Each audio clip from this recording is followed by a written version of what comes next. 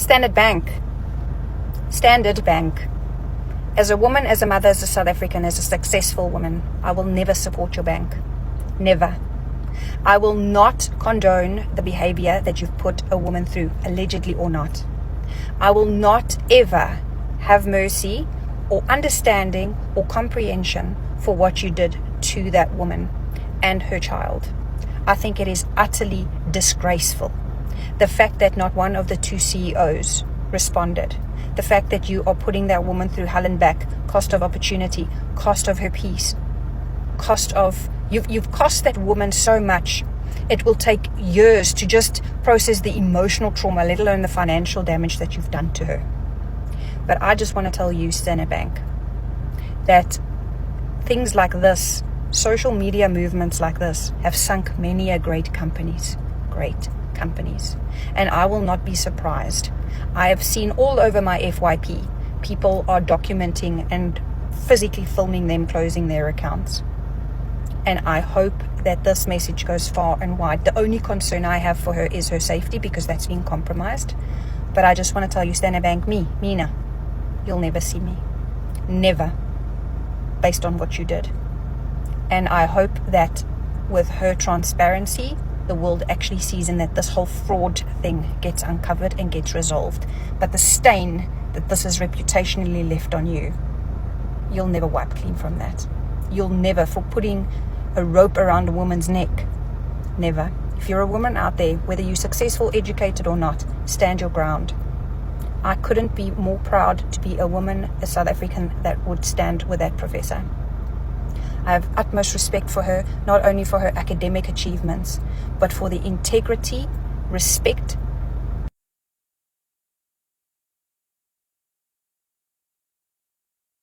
Imagine buying a car and then you're told suddenly that you owe a bank. In 2015, I had a lengthy project in South Africa and I needed to buy a car.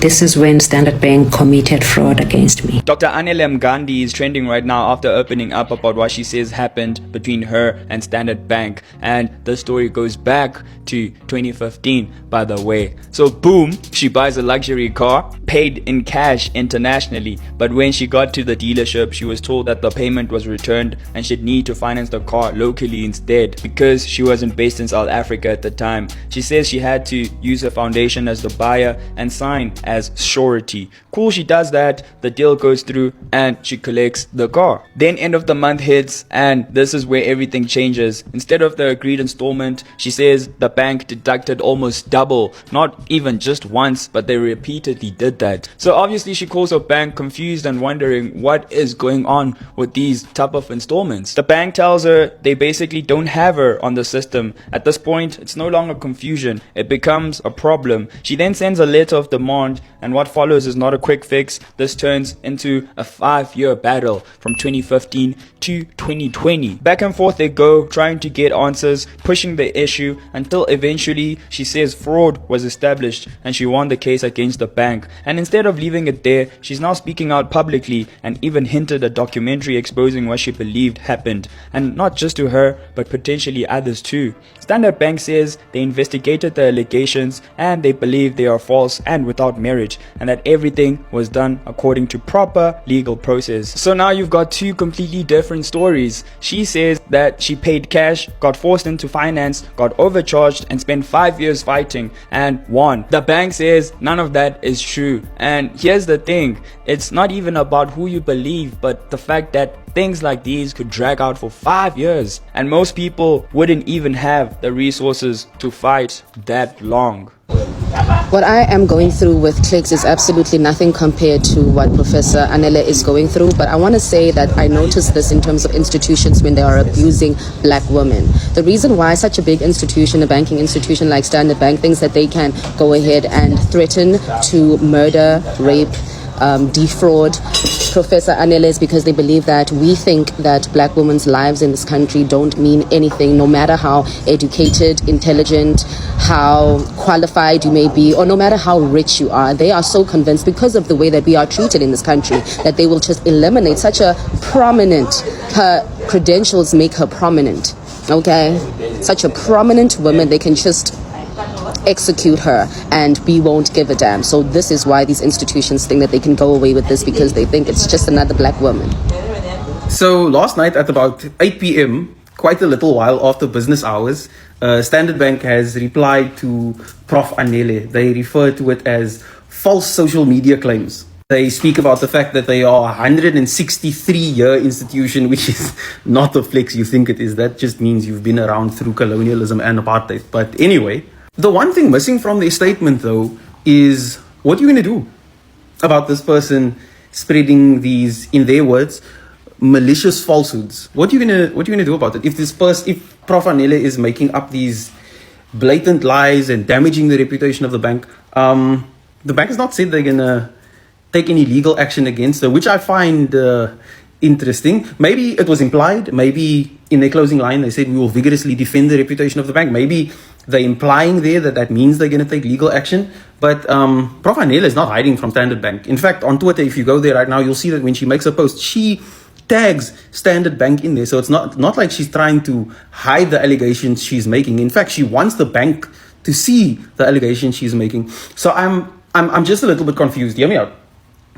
Why would somebody who is aware of how deep the pockets of the bank are, who could get essentially the best lawyer in the country to take her down and sue, you know what I mean, the life out of her for the allegation she's making, I don't see the logic in her openly letting Standard Bank know what she's saying if she doesn't have the receipts for what she's saying.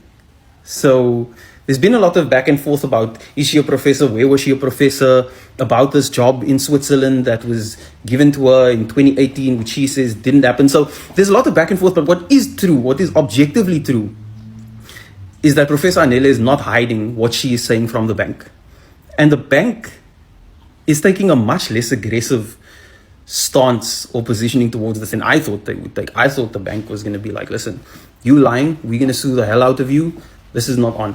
I don't see that energy coming from the statement. Maybe I'm wrong. But if you want to take on a bank, you need to have your facts together. And she's not hiding what she's saying from them. So that, you know what I mean?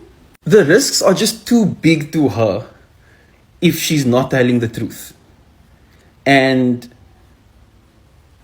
I'm just a bit taken aback by the bank's lack of, assertion here. I just heard my sister's story. Hey, Buffett, what's happening there by Standard Bank? What's going on? Umamele story, ne? A 13-part series or a 14-part. Mara, you keep going like 1, 2. You wanna see where this story is going? Kuri, every moment of this lady's story was capturing. Buffett. What's going on in South Africa, Buffett? What's going on with these syndicates that are going on? And then you find people fighting in Ntantlam Khwanazi when we want justice in this country. Barasa, because now they're coming for them. Now Ntantlam Khwanazi never more praise, and now they're not praising him anymore. Hey, Buffett, we can't be living in a country like this. We can't. Kuri, now when we go into these establishments, we must just take pictures, print, file things, because that's the lesson I took from this lady. We must make sure. I remember when I was buying a property for my business, something that we needed, like as I said, I buy trailers and stuff like that. Barry, we are closing right now, please fetch the receipt tomorrow. What? After I've paid you such a deposit, what this thing outside? So when I'm listening to her story, I'm like, hey, Bafetu, we can't play that game. You already know. Hi, Princess Arunari Shuile, hey, Bafetu, tell us those things before we pay you. Because then you are closing now. You were supposed to tell me that before transfer So that's what I took from this thing. We really need to be careful, guys. It's really sad because my sister here just lost her daughter, lost her husband, and she has to go through this. But one thing I will give her props in is that she's a really brave woman. I'm not surprised that she's that successful. It is these kind of women that make it fine life. So I'm not surprised that she's made it that far. She's got that fighting spirit in her. And hey man, let's just raise awareness. Let's just stand behind her and support her. We are in the digital era. We are no longer going to be bullied by anybody. If you've got the paperwork and you've got this digital era we are living in, show us the paperwork. Expose people that are crooking people. No, man, we can't be living like this in this beautiful country of ours. The fact that Standard Bank really thought that they could defraud this lady who has 13 qualifications, 3 PhDs and a pilot license, who was just trying to buy herself a Rolls-Royce cash, and they thought that they could defraud her and get away with it. If you haven't came across her story, this beautiful lady is Dr. or Prof. Anele Mngadi or Hemond. She is still in the process of telling her story on her TikTok page, and I would really suggest that you check that out. But a clip of her briefly telling us what happened went viral, where she revealed that because of this fraud case that she has against Standard Bank, she has experienced multiple violent robberies where she was beaten, robbed of legal documents with AK-47s. There was even an incident where she was hanged and left to die. This is what happened. So she was a banker in South Africa since 2002. Then she moved to Switzerland, and then she had a lengthy project here in South Africa in 2015. So she had to move back, and she obviously needed a car. So she goes to the dealership, shops for the car, finally finds a car that she likes. They tell her the price, and then she pays for the car there. She swipes for the car there. They tell her to come back in 2 days as they needed to prep the vehicle document. 2 days later, she goes to fetch the car. They tell her that they have reversed her international payment for the car. And again, she is not domiciled in South Africa, meaning she is not legally based in South Africa. So she was using her Swiss bank. They then suggested that she use, a local bank, and also suggested an installment-based agreement, installment sale agreement instead of, a cash transaction. So she uses her foundation as the buyer, and she signs as surety. Later, Standard Bank approves the loan. So she goes to the dealership to fetch the car and sign, the relevant vehicle document. At the end of the month, Standard Bank deducts almost double the agreed installment amount. So she calls the bank to say, listen, there's been an error here. They ask her, so she says, no, the vehicle is registered under my foundation and I signed as surety. They say, no, we don't know what you're talking about. That's not what we have on our record. Second month, same thing. She goes to the bank, they refuse to listen. Third month, same thing. So she sends them a letter of demand, basically firstly asking to see the installment sale agreement that she signed, secondly saying that she is going to stop making payments until she sees who the vehicle is registered under. She did just that, and she also opened a separate account where she was making monthly payments of the incorrect amount that they were deducting. So she was paying that amount to that account to show that affordability wasn't an issue. She also stopped using the car and also got an affidavit. So she just sat and gave them 3 months. 3 months later, they come back with a letter that is actually directed to her daughter, basically telling her daughter that she hasn't paid her installment in 3 months.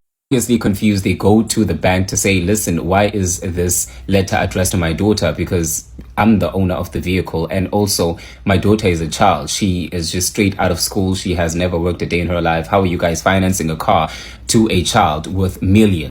The bank takes her to court to try and repossess the car, providing fraudulent documents, by the way. So that is the fraud in a nutshell. So again, I would really suggest that you go to her page to get the full story. But the things that she has shared, that she and her daughter suffered at the hands of Standard Bank, I have no words. I am just traumatized just listening to her narrate the story. I cannot even begin to imagine how they survived all of that. I think that this should be the #1 story in the country right now, and everyone that is involved should be under the jail, especially you, Sim Chabalala of Standard Bank.